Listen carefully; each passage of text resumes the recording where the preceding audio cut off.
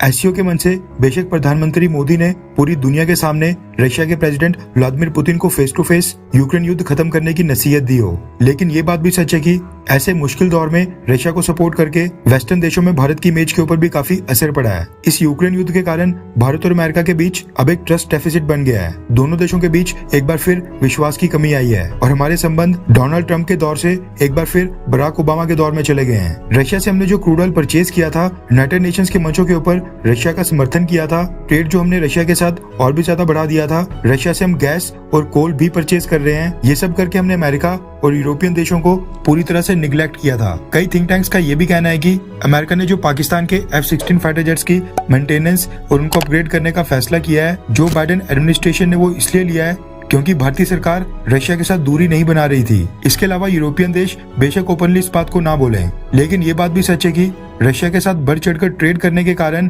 कई सारे यूरोपियन देश भारत से काफी नाराज हुए हैं। शुरुआत में तो कुछ यूरोपियन देशों के लीडर्स ने आपत्ति भी जताई थी। अब अगर भारत को साल 2050 से पहले एक डेवलप्ड देश बनना है और साल 2030 से पहले $60 ट्रिलियन की इकोनॉमी बनना है, इंडो पैसिफिक में चाइना को काउंटर करना है, तो उसमें हमें वेस्टर्न देशों की बहुत ही ज्यादा मदद चाहिए। ऐसे में इस चीज का आंकलन करना तो बहुत ही ज्यादा इंपॉर्टेंट हो जाता है कि हमने रशिया से क्रूड ऑयल परचेज करके आखिरकार कितने बिलियन डॉलर्स बचा लिए। क्या वो इतने वर्थ हैं कि हम अमेरिका या फिर यूरोपियन देशों को नाराज करें? स्ट्रेटेजिक बेनिफिट तो एक तरफ, लेकिन क्या हमें कोई इकोनॉमिक बेनिफिट मिला भी?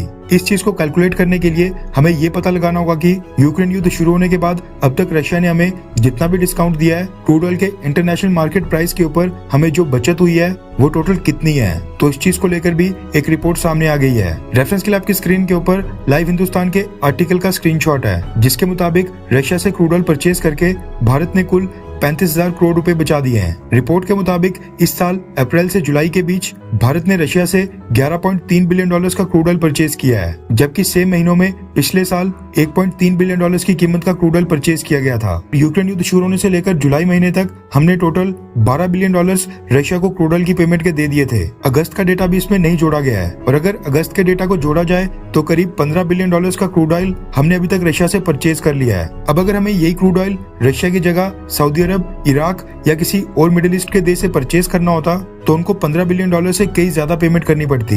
रिपोर्ट के मुताबिक टोटल डिस्काउंट का अमाउंट बनता है तकरीबन 35,000 करोड़ रुपए, जिसको अगर बिलियन डॉलर्स में कन्वर्ट किया जाए तो ये बनता है $4.4 बिलियन के करीब। यानी ये कहना गलत नहीं होगा कि भारत ने रशिया से क्रूड ऑयल परचेज करके $4.4 बिलियन बचा लिए हैं। $4.4 बिलियन इतनी बड़ी रकम है कि इसमें 18 नए राफेल फाइटर जेट्स यानी एक राफेल की स्क्वाड्रन ही आ जाए। वहीं जीएसटी कलेक्शन की टर्म्स में देखा जाए तो $4.4 बिलियन भारतीय सरकार एक हफ्ते में जीएसटी कलेक्शन से कमा लेती है। अब आप नीचे कमेंट करके बताएं कि क्या $4.4 बिलियन इतनी बड़ी रकम है कि अमेरिका या वेस्टर्न देशों को इसके लिए नाराज किया जाए, हाँ या फिर ना?